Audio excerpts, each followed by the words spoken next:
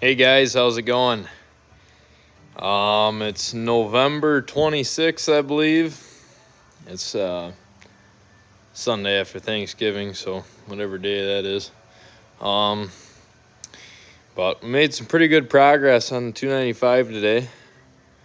Not sure what I think the last video was like a beginning of this thing. I'm not quite sure. I don't even know if I uploaded it, to be honest. The 440's over here in disarray a little bit.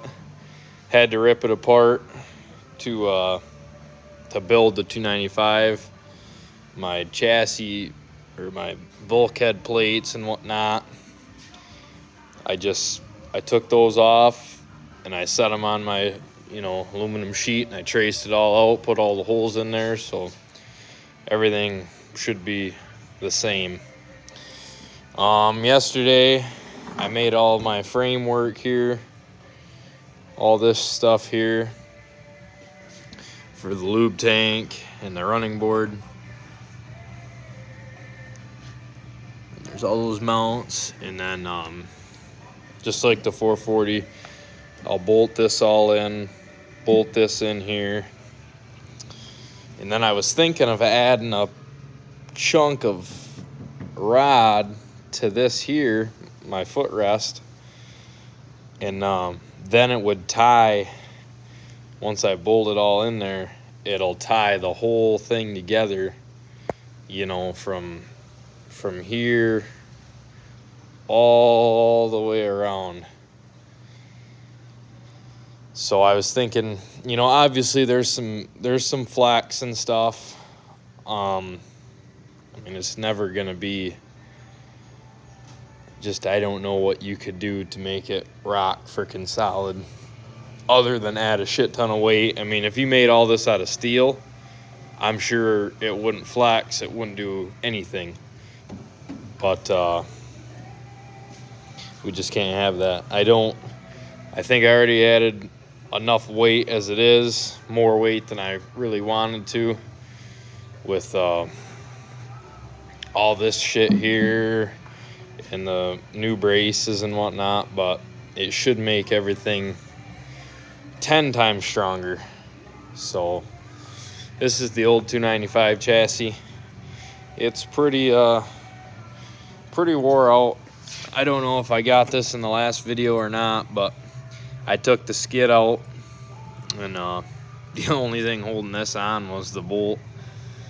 And but yeah, you can see how chewed up shit is in there. I mean, I don't know.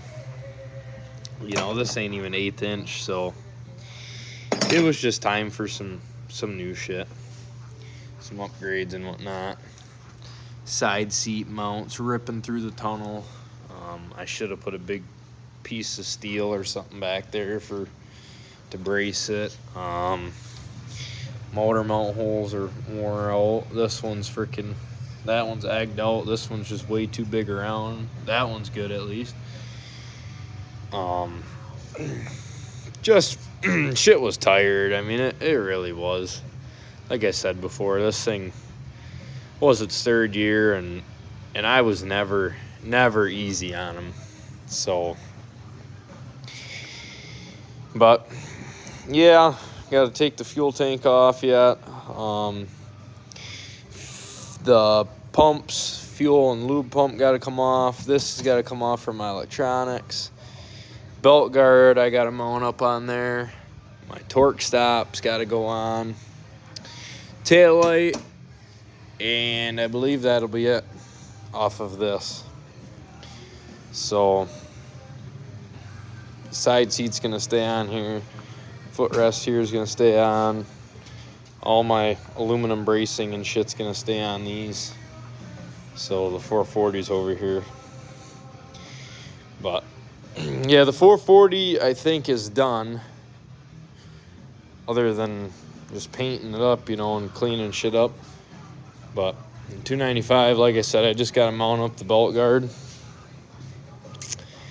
The fuel tank, I've only got one lube tank right now. I ordered my other one from Walls last night, so I've got to do that yet. Gotta mount that up. I made a couple different modifications to the lube tank here, or the mount. I added this here.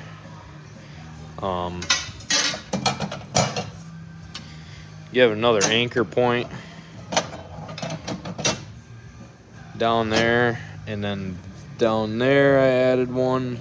Right there's one, to kind of try and tie everything in together. I mean, because if you're setting your ass on this thing, you know, you're putting a lot of force on it, and that's just gonna freaking bend that shit right down. So tying it up from up here into here and everything will be much sturdier, and hopefully it'll be effective. You know, if you plant your ass into the side seat, it should put more track, you know, it should put more bite into the track, into the studs. So if you're sliding in a corner, you know, sit on your side seat, it should put more bite into it. That's the hope. And then obviously your footrest here, if you're pushing in the corner, push on that, should put more pressure on the ski. And I do know for a fact, on the 440 at least, that if the skid was bolted up, I could show you, and it might still do it, but no, shit's just falling off. But you have to take my word for it. But when you press on this, you can watch this leaf spring go down, and when you stand right there, so if I stand on this side, I can watch this leaf spring go down. So when I shift my weight, it should lower this side. So I don't know, we'll see. We will see how it all works. Don't know if I'm gonna I got a new hood. I don't know if I'm gonna put it on yet. I might wait till after Eagle River to do all that, just because my luck with Eagle is not great. I always roll something out there, so. But yeah, here, I'll take the hood off, and I just did a lot of this stuff today. But same thing, rolled chain case. Same exact chassis as the 440. So push comes to shove at a race or something, only got one chassis, can swap motors, do whatever I got, you know, do whatever I got to do. So that's and you know, you burn a motor down or something, you're at Eagle River, you know, a big weekend, or you know, who knows, but you burn a motor down and you got a spare chassis sitting here with all the same parts that will go right on that sled, or vice versa. It just seems too easy to make them the same, you know. So parts can go from one to the other, make shit nice and easy. Lube tank, bam,